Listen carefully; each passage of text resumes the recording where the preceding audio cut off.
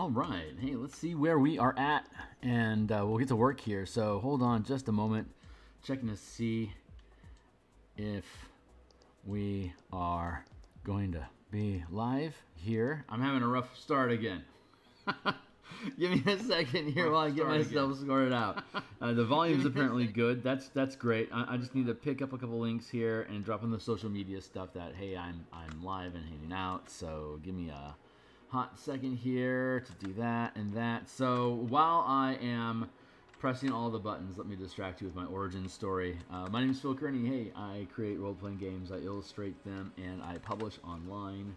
I've been DMing since 1987. I've been creating content on the DMsGuild since 2017, when Wizards of the Coast officially released the Guildmaster's Guide to Ravnica, which was the first bid that it offered in creating a crossover from Magic the Gathering into the D&D role-playing game. I think a lot of us were expecting to see some sort of color mana system implemented by the company that created Magic the Gathering, that's so lucrative that they can just purchase TSR's, all of their IP. I mean, so they didn't, because the way that 5e design approach is minimalist. If you can take a narrative and fit it within the rules that already exist, you're keeping it simple. And that's great, because they're trying to serve to the least common denominator of people that are going to be stepping into the hobby. They want new players. They want to be inviting by keeping it simple. But couture designers like myself and folks that have been around a while, like perhaps a more sophisticated taste or just something a little more exotic. So I created a slew of books on DMsGuild. The color mana spell point variant rules, for example, converts spell slots and the 8 schools of magic into the 5 colors of Magic the Gathering, and then you have mana that you tap or burn to cast a different spell. So if you want to throw a fireball, you need red mana. If you want to cast invisible, you'll need some blue mana. If you want to throw up a shield to protect yourself, you'll need some white mana. So depending on what kind of a caster you want to be, you divide up your color pools. So that mana system works really well. It's on the DMsGuild. You can actually check it out. Here's my Twitter platform. I'm at Phil Kearney. If you're kicking around online, you're welcome to catch me there. Otherwise, like, subscribe, bell icon to get notifications of when we're live in the future. Here's the entire playlist of all previous 154 episodes. Here's the Martial Power playtest content. It's on my Patreon. You do not need to be a member to access it. If you click the YouTube dreams here, hi, will appear right here. Otherwise, you press the Martial Powers button here, and it takes you to a read-only document that you can start using to playtest this stuff. We kick through all 20 levels of every class. The barbarian, the artificer, barbarian, the fighter, monk, paladin, ranger, rogue, and warlock. So we got a ton of them. And when we were here last time, 2 sessions ago, we finished revising the optional power martial power features that all the classes got, including the updates to the monk that we saw earlier in the week. And so we know how martial arts operates. One of the things that I felt was lacking is that you didn't have any weapon masteries with your martial arts weapons. So I applied both grapple and push, those masteries, to your martial arts attacks. So whenever you make a martial arts attack, an attack with an unarmed strike, you have access to both the push and grapple masteries. They're considered weapon masteries for you, but combat masteries are, again, for those that aren't aware, it's a half casting progression. It's 1 mana for every level or rank of power or spell power. So first level character has 1 mana or 2 mana, depending if it's a long rest recovery or short rest recovery. But you spend 1 mana for first rank powers. You can prepare up to 2 powers, which includes not only a stack of 100 some odd powers that you spend mana to do, but there's also 55 cantrips. There's 13 combat masteries. There's 32 feats that you can choose, but you don't get the ability to score increase when you do, but is a prepared feat, so you can save your ASI for ASI. And then there's 10 weapon damage types, the magical damage, the elemental, the basic stuff, and then the more advanced at 5th. So the masteries are going to sound like you think they sound. The push mastery, that's straight out of what will be the PHB 2024. Move large or smaller objects 10 feet, creatures 10 feet, up to 10 feet away from you. There you go. And then the grapple is a mastery that we created. Again, you can, if they're part of your weapon, if they're intrinsic to your weapon, if you're proficient with the weapon, you can use it. You don't have to have a short list of known masteries as though they were cantrips that you're learning. It's you can, if they're part of the weapon, you can use them. If you're proficient with the weapon, you can use them. But with this power system, you can also prepare masteries. So I could use push with any weapon, not just like a heavy crossbow. Any weapon that I'm proficient with, I can use the push mastery. So the grapple mastery is when I hit a creature, that creature is grappled. I can't use the weapon otherwise, but with monks, every limb and their body are weapons. So I can, as long as I have a limb, I can lock you up in, I can hold you in a lock, and then I'm free to beat other people. I could grapple 2 people and still be able to attack with kicks and potentially lock down a third person, like choking them with my knee or something. Who knows? I could lock down multiple targets with grappling. It just becomes this giant ball of immobility. But I can do that with any weapon. And like if I have a sword, I can grapple with a sword. And doing that's really nasty. Find it on the internet. Grappling with swords. It's insane. And okay, so that's the masteries, or you can just stack up on feats if you don't worry about mana, or you can have sustained powers. Sustained powers, you spend the mana and it just stays on for as long as you stay awake, basically, or it doesn't get dispelled. And then there's strikes, which modifies the amount of damage you deal and causes condition effects. Maneuvers are point and click spell-like abilities. Reactions are like they sound, but opportunity attacks can be used in place of an opportunity attack if the reaction properly, like if your friend gets hit by an attack, you can make a reaction, but you could also, it's treated as an opportunity attack, and you can potentially have more than one opportunity attack if you're using the marking system from the DMG, or if you're using the opportunist sustained power that grants you, that you sacrifice attacks to gain more opportunity attack reactions. So you're breaking up your action economy. A lot of this book is about converting and swapping action economy for power. Like mana, to get free mana, like giving up action economy so you get free mana. So what you do with the action economy you leave left during your round is supercharged with a bunch of mana that you don't have to spend. So fun stuff. It's working out really, really well. And today we are going to, yesterday we resolved the Warrior of the Elements. But we're going to get into, where'd it go? There. We have from the Unearthed Arcana the Warrior of the Hand as well. I don't think we have yet.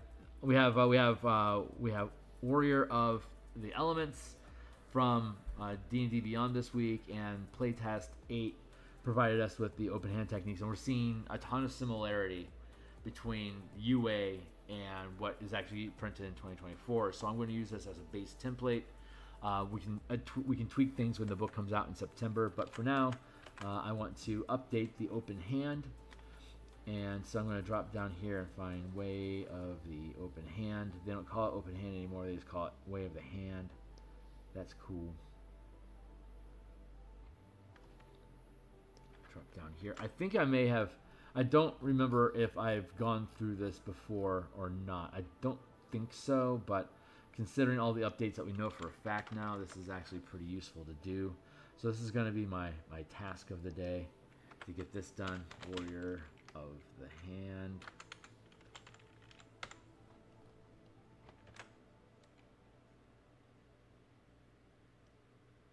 Yeah, okay.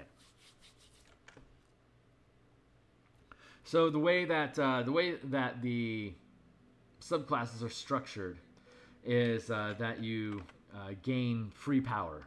You gain a list of bonus powers that are always prepared. They're always on your list, and you don't have to prepare them. So you gain, over the course of 17 levels, you gain 10 free powers. on top of the 16 powers that you can know or prepare at 20th level. It's just a structured format, so that way rangers and paladins and artificers and warlocks and warlocks uses their own thing, but warlocks use invocations. They can't use spell slots. They don't use known spells to learn power. Warlocks spend invocations to learn powers that they become like alternate spells for them. So they have a severe restriction on what they can use, which is appropriate because warlocks are already super good. Giving them the entire stack of martial powers, that would be one class to rule them all, honestly. I don't think that I won't do that. I am interested in building my own 5e system. It's just not my top priority right now. I want to get all this other language out of me. So you get 10 powers. You get 16 over time as well. If you choose like a Ravnica or a Strixhaven background, you get another 10 in your background, which we have further down the document, which we will go visit further down the document after we finish Warrior of the Hand. Slide this in. There we go. Okay, so we're going to look at the powers that we have here again, and we're going to go explore the techniques here. So combat masteries. Okay, so we were exploring this. Let's see what solution we came up with, and if we want to change it. I'm going to zoom in here a bit.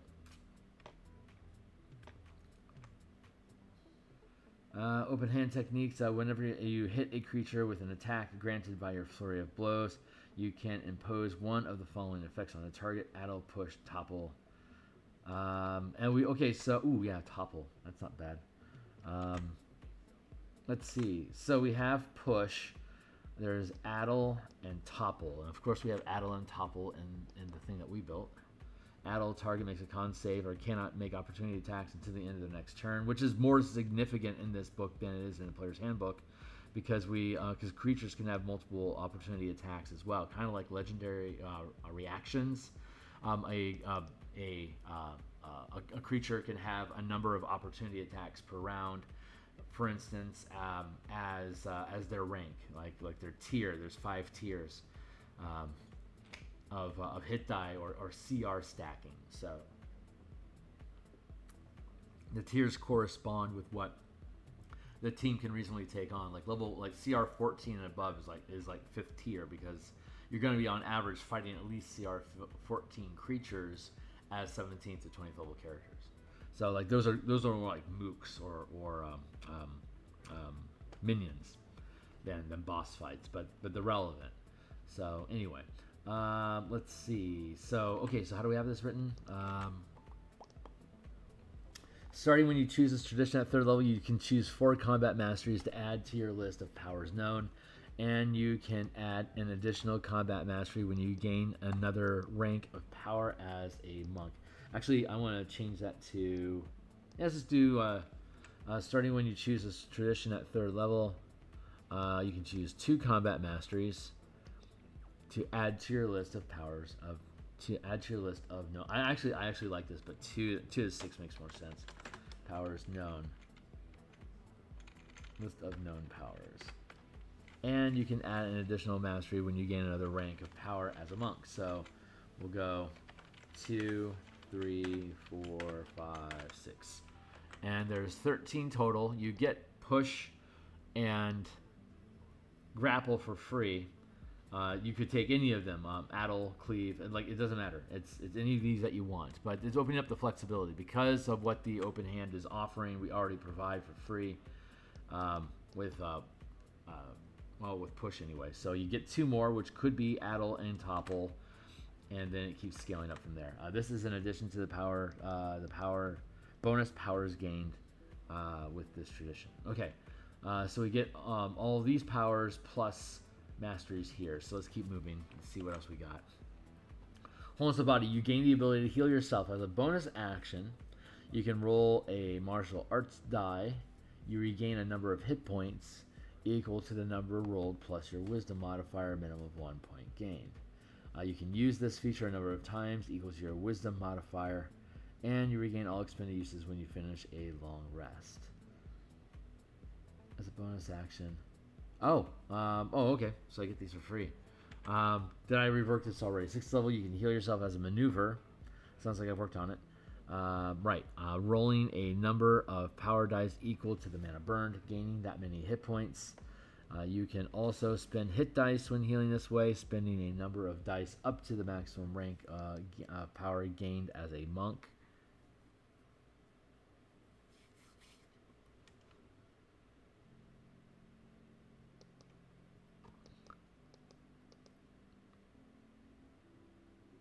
You can instead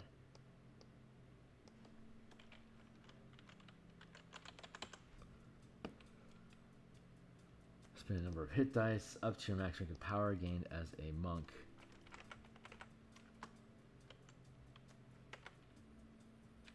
Each time. Let's see. You can use this feature a number of times equal to your wisdom modifier. As a bonus action, you can roll your martial arts die. You regain a number of hit points equal to the amount rolled plus your wisdom modifier, minimum 1 hit point. Why am I choking on that? Because it's going to be at best 5 per long rest. So it's going to be 5, like at first level, it's 2d6 per day, which at first level that ain't bad, but at 4th level it's not really good. As a bonus action, you can heal yourself as a maneuver, rolling a number of power dice equal to. I see why they don't want to make it a maneuver, because they mana dumping. Too easy to mana dump on it.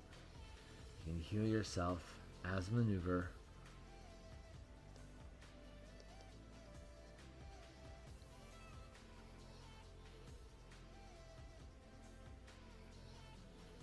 Rolling a number of power dice equal to 1 plus the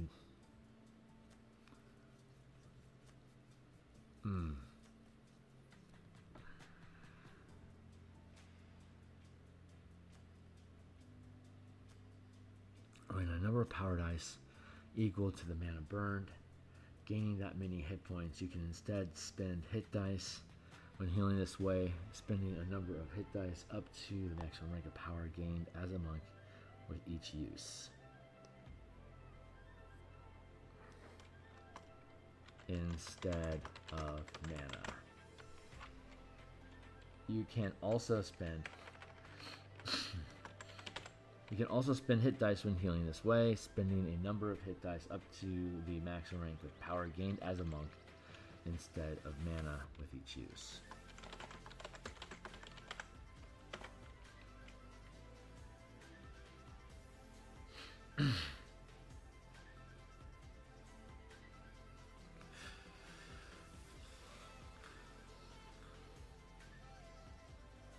I think the hit dice makes it worth. You can also spend hit dice when healing this way. Spend a number of hit dice up to your maximum rank of power gained as a monk instead of mana with each use. Right, because eventually the mana is going to be way better. It's going to be like a D12 at 17th, while the hit die will remain the same. But the hit die doesn't cost any mana, so it's actually better at the low levels when you need it. And once you start having stupid amounts of mana, you won't need it anymore. Okay, I'm happy with that. It's a little bit of a nerf compared to what they've done, but we give so much advantage. I think that's fine. Tranquility. Let's see how tranquility actually reads. There is no tranquility. There's fleet step and quivering palm. Cool.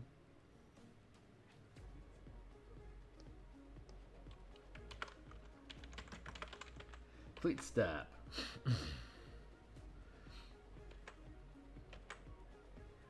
You can easily stride out of harm's way when you take a bonus action other than Step of the Wind. You can also use Step of the Wind as part of the bonus action. This is at level 11. You can also use Step of the Wind as part of that bonus action. I don't have any problem with this. You can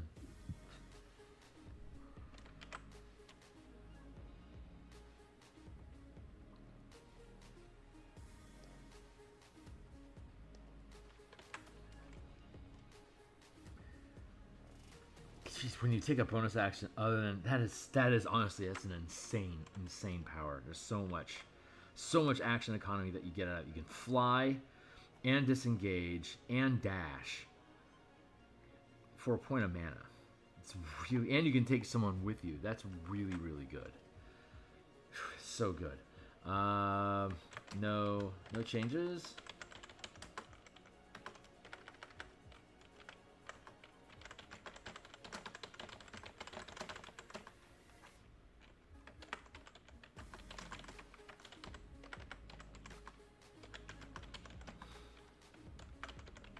How are you wording that? Step of the Wind, Step of the Wind, okay. Any bonus action other than Step of the Wind any bonus action you take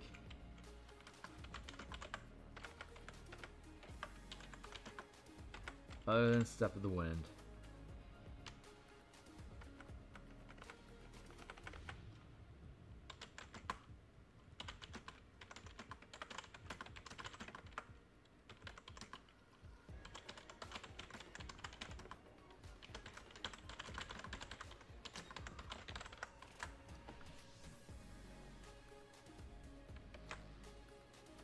you can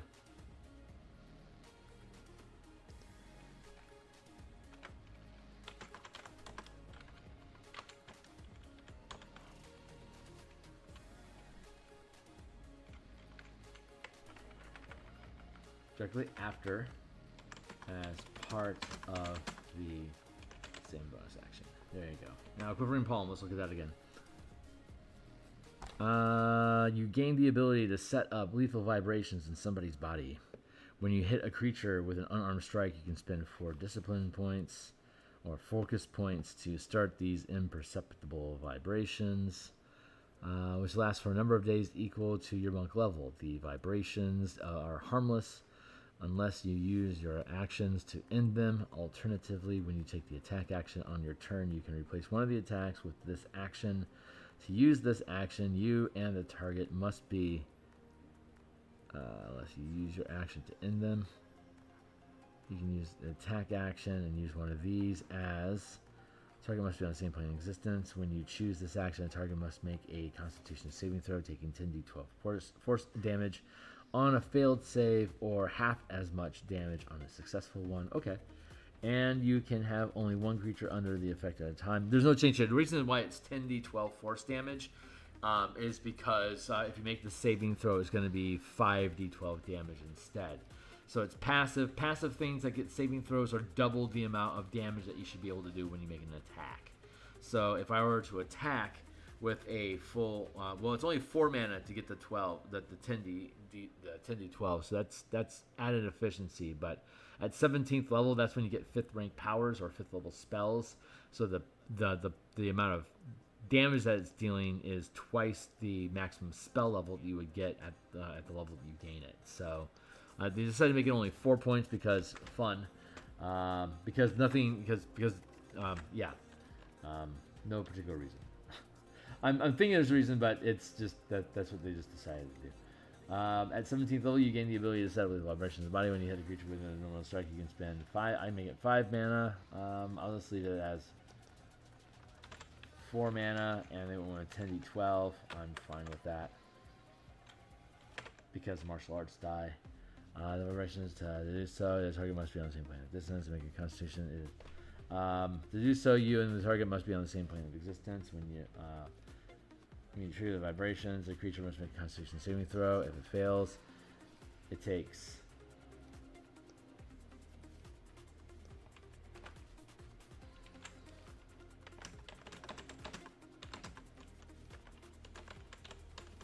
or half. Was it necrotic damage? It's force damage now.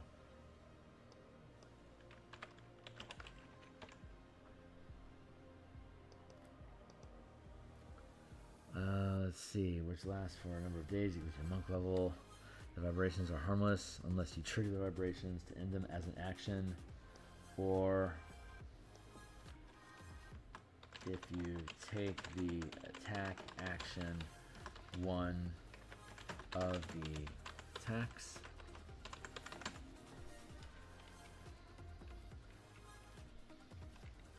There. Okay, cool. So, Quivering Palm, easy peasy. Okay, cool. That's 2 of them, and we're going to see what Way of the Mercy and Way of Shadow as well. Okay, so now let's look at the list of powers that we got, because we've gone through some revisions on the power list. So let's get into that. I'm only going to be here for a little while this morning, so I've got an event, a lunch event that I am attending today. So I'm just going to finish this up and then bounce along with the rest of my day. So let's see, we want to go and look at the list of powers that we have. So it'll be a short session today. Do not need Fighter Initiate as a feat. Tavern Brawler, that's adorable. We'll keep that. We do want auras. We want to go grab a sustained power. Normally, you can have a number of power. You can sustain a number of powers up to the amount your max mana limit. So, like at 17th level, you can have up to 5 mana, which means I could have like 5 first rank powers active at the same time, or like a 3rd rank power and a 2nd rank power active at the same time. That's any martial power character can do that. The monk can do that plus 1. So at 17th level, monk can have 6 instead of 5. Coincidentally, the barbarian, while raging, also has a sustain limit plus 1, because while you're raging, you can combine your rage with creating and sustaining these aura powers. It becomes part of your rage. So that's super fun.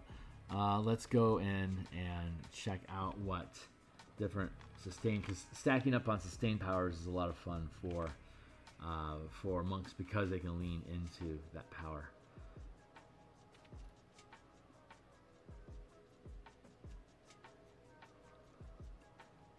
Close quarter combat, perfect.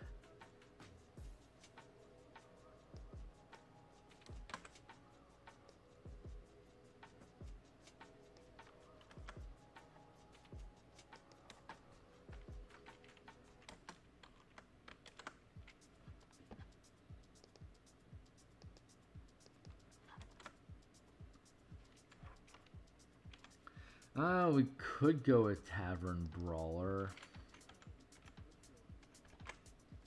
Let's look at what Close Quarter Combat does again. While this power is sustained, you can add 1 power die to any grapple check you make, or the DC. Any grapple check you make, or the DC to end grappling with you. This sustained power can be combined with the Grappling Strike power listed above. So we should probably get Grappling Strike too. Is Grappling Strike first rank? Grappling Strike is first rank. Grappling Strike.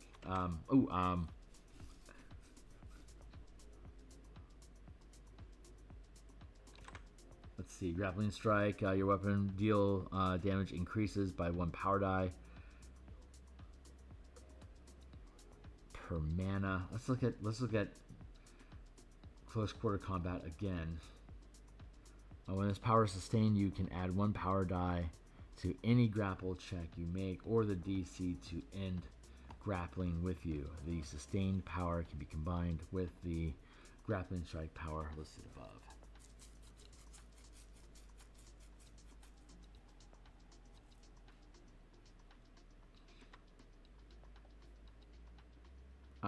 This power die.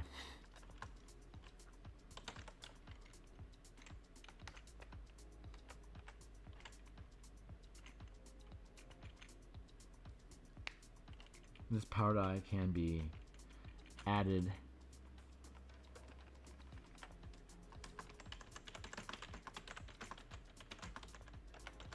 any power dice spent while channeling the Grappling Strike power above. So now we know what that does. It increases the DC of your grappling. And then grappling strike itself. We have the grapple feature down below, the mastery, which doesn't deal any additional damage. Costs no mana. Oh, you know what? It should be... It can be combined with it, but it should include the grapple mastery. Close quarter combat. While this power is sustained, you gain the grapple mastery, and you add 1 power die to any grapple check you make or the DC to end grappling with you. This power die can be added to, and that's perfect. So while you're sustaining this, you get grapple for free. That I like that. That makes a lot of sense. That makes a lot of sense. We can build mastery. We could probably build additional sustained powers around that kind of language. We'll just see how that evolves. But close quarter combat, perfect. Tavern brawler, if I recall, is a decent feat. Hold on, I don't remember exactly what tavern brawler does. Let's look it up. It might be irrelevant now. We don't increase our strength because it's a prepared feat, not learned. Not learned. You're proficient with improvised weapons. Oh, okay, that does matter. Unarmed strike uses a D4, which is irrelevant. When you hit, it's nice that it's a D4 now that the monk is a D6. I like that. When you hit a creature with an unarmed strike or an improvised weapon on your turn, you can use a bonus action to attempt to grapple the target. We don't need to do that. We already have... yeah, because the grapple mastery allows us to grapple when we hit with a weapon. Perfect. Okay, great. So Tavern Brawler doesn't make a lot of sense, does it? The only thing it gives us is improvised weapons, which actually is really useful for Way of the Open Hand. That kind of makes sense.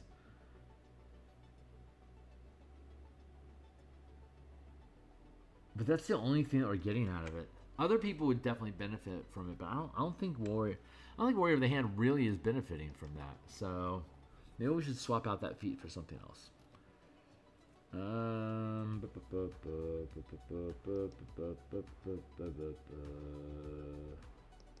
the monk's weapons can count as slashing, bludgeoning, and piercing weapons. So you can use the slasher, crusher, and piercer feats if you want to use them.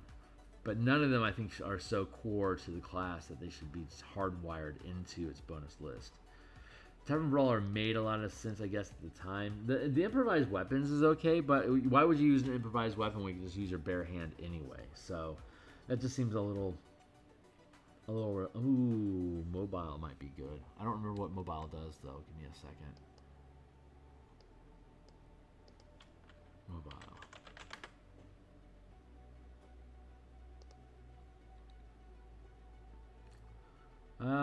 Its speed increases 10 feet. That alone is useful. When you use the dash action, difficult terrain doesn't cost you extra movement. That's great. And when you make a melee attack against a creature, you don't provoke opportunity attacks from that creature for the rest. Yeah, mobile. We're gonna take Tavern Brawler's gonna get swapped out with mobile. That makes so much sense. God, these things are freaking nimble now.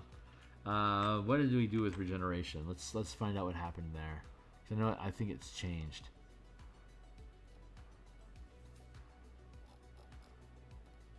It's a maneuver. I don't think it exists anymore. I think we swapped that out. Exploits, maneuvers. Ah, there it is. Regeneration, second rank.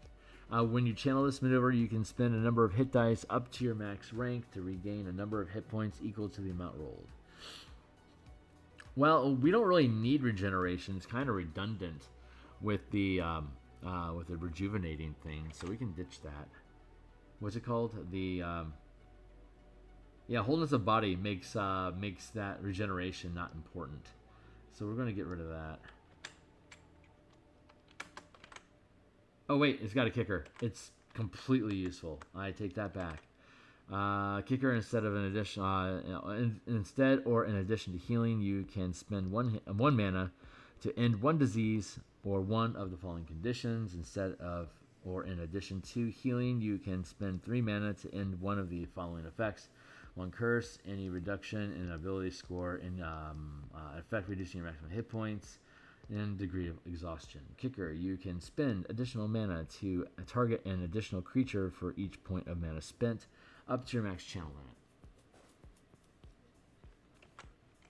Completely relevant. We're totally keeping that. Grappling strike, that's perfect that comes in. So far, this is a good set. Deflection, let's see if deflection still exists. I know we did some reworking of reaction. Deflection, as a reaction to when you or an ally within reach of your melee attack are hit by an attack roll from a source you can see. The attack is rerolled, taking the new result. The reroll cannot score a critical hit. This power is considered an opportunity attack. This is very similar to the deflection ability that the monk gets in general. Now, let's go visit that real quick. Deflect attacks. Reduce the damage of melee and ranged weapons that deal damage by D10 plus my total dexterity plus my monk level. That's huge. If it's 0, I can spend a point to redirect the damage.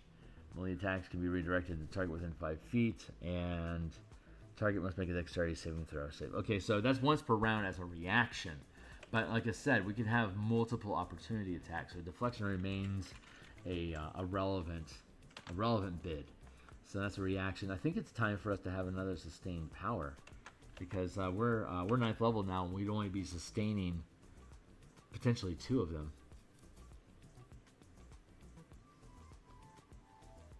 So let's go find another cool sustained power for open hand.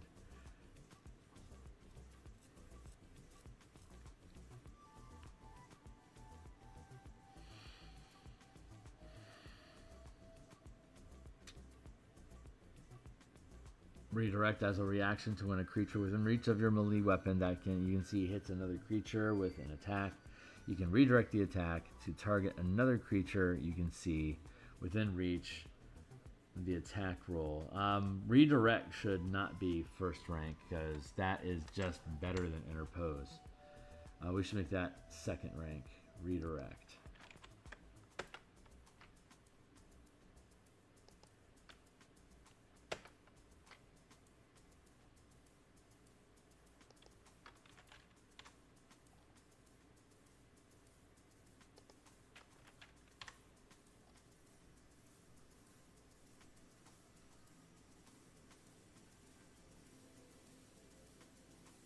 So you can see hits another creature with an attack.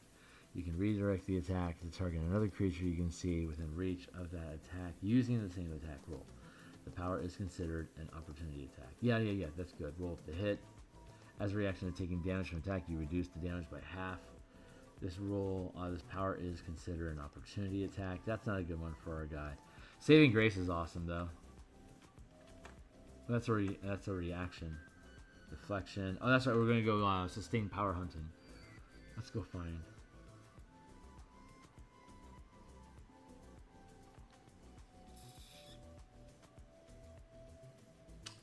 I mean, adaptive resistance is really good. We already just gave that to the Way of the Elements. I'm thinking about variety.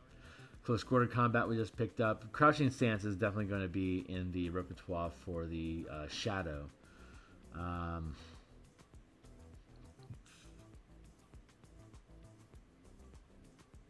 Fast, instant skill. Don't need rogue stance because of how much option we get. Third, let's see, auto attunement, castigation. Choose this power, choose a creature you can see. You always know which direction. Nah. Cloud Strider, Deadly Presence. Giant Growth is funny.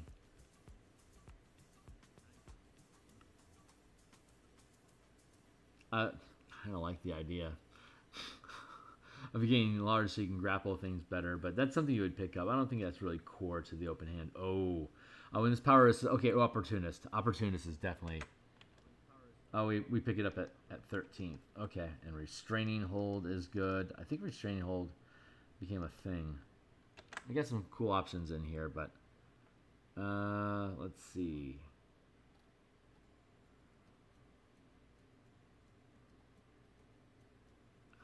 Let's see what's in here. More fast, dire impact, crouching stance. Close quarter combat was super obvious. Blind sense isn't bad. Yeah, let's go blind sense.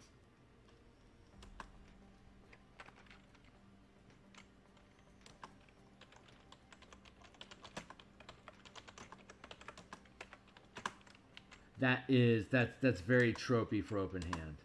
I am down with that. Blind sense, you're aware of your location of any creature and objects in the same plane of existence as you within 10 feet times your max rank of power, including walls, doors, and ceilings of structures in range, though you can't identify things like color or written text on these objects using blind sense alone. So it's like echolocation. There you go. That worked out. Opportunist, now that we're at it, let's look at it. Opportunist is so fun.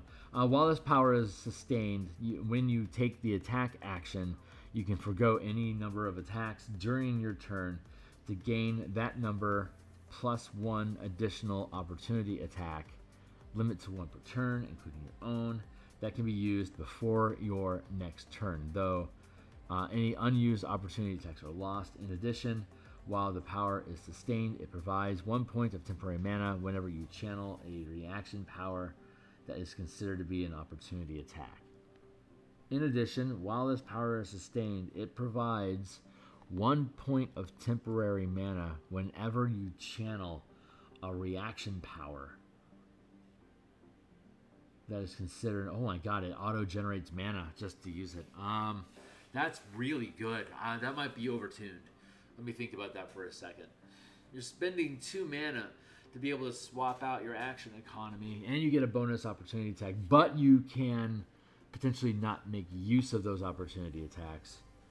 While this power is sustained,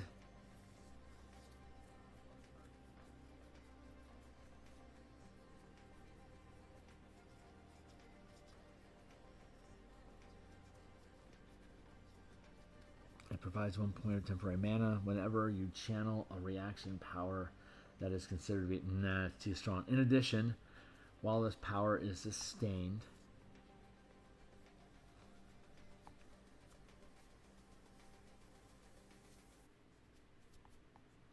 okay, so if you're using the marking system from the DMG, this is a lot less valuable because you can just hit a bunch of targets and now you can make opportunity attacks against them for free. It's an optional rule, but it's something that makes a lot of sense to hard code into the system, considering how many opportunity attacks there are. But the opportunist makes it so that you can actually lean into and make use of all that stuff. In addition, while this power is sustained, it provides 1 point of temporary mana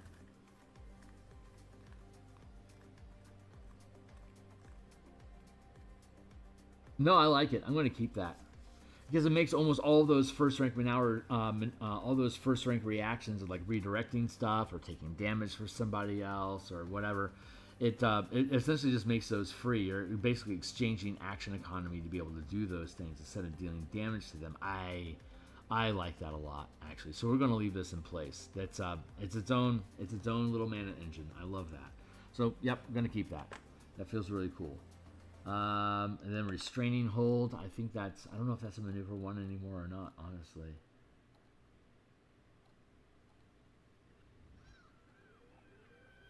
First rank, I guess. Oh wait, it's an exploit now, right?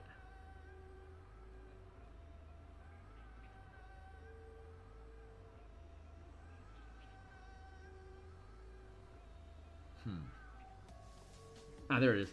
Restraining hold, melee only. While grappling, the target is restrained until the grapple ends. While grappling, the target is restrained until the grapple ends, and you automatically deal 1 power die per mana at the beginning of your turn. 1 power die of damage.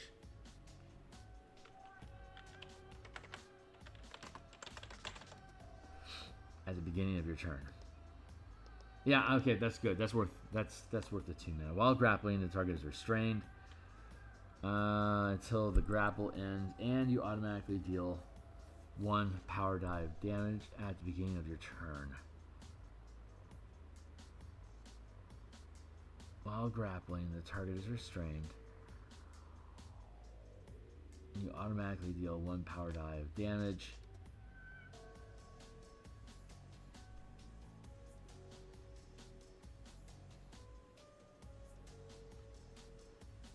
Second rank though, 2 mana. Yeah, 1 mana per round.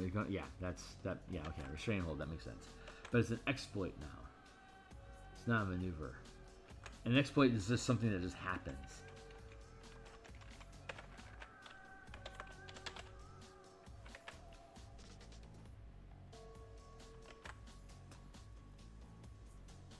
Let's double check the language on that. While grappling.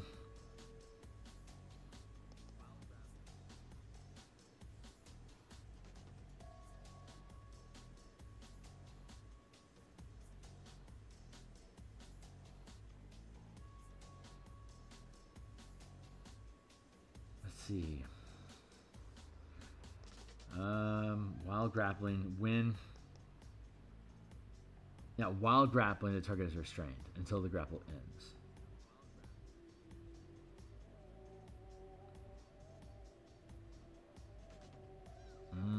While grappling. I can see why I made this a maneuver originally because of the action, kind of like when does this trigger? But it's basically, honestly, it's at any time.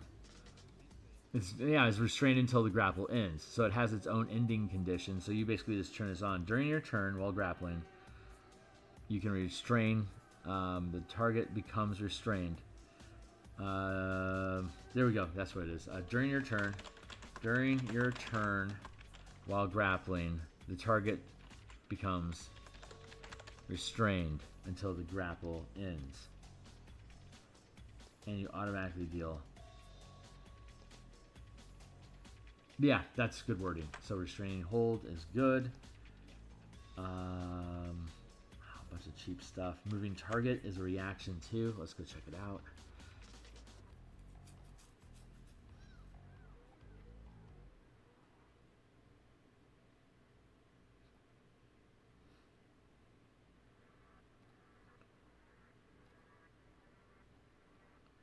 Moving target, second rank. While, as a reaction to when a creature you can see moves into or within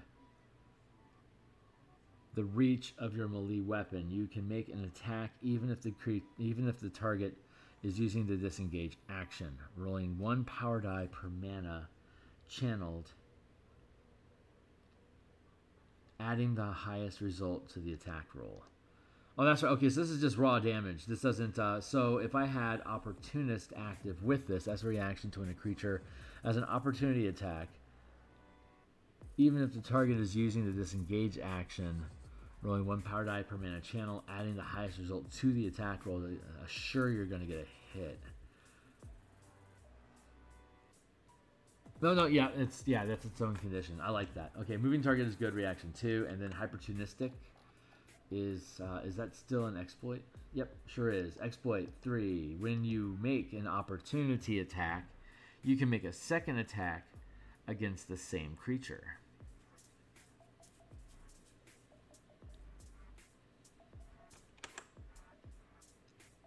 Yeah, I like that. That's good. Okay, so this whole stack is really good, and that's a bunch of nasty stuff that you can do. So I'm loving where the monk is coming from right now. This is a really, really great set. So I also like the Warrior of the Elements, Warrior of the Hand. I'm looking forward to seeing what else we're gonna have put out. So when we build this book and we publish it, we'll only go with the 4 subclasses that have been officially released, and then as they release more subclasses in the future, we can rebuild them and integrate them into the martial power system as well. So I'm looking forward to that. Very much looking forward to that. All right, guys, that's it for now. I'm going to go ahead and bounce out of here and get myself ready to go do the things. And so I hope you all have a great day. And I'll be back on Monday to continue Eberron cartography. And I'll be on Monday night to do more Spelljammer adventure design. So catch up with me later on. Thanks a lot.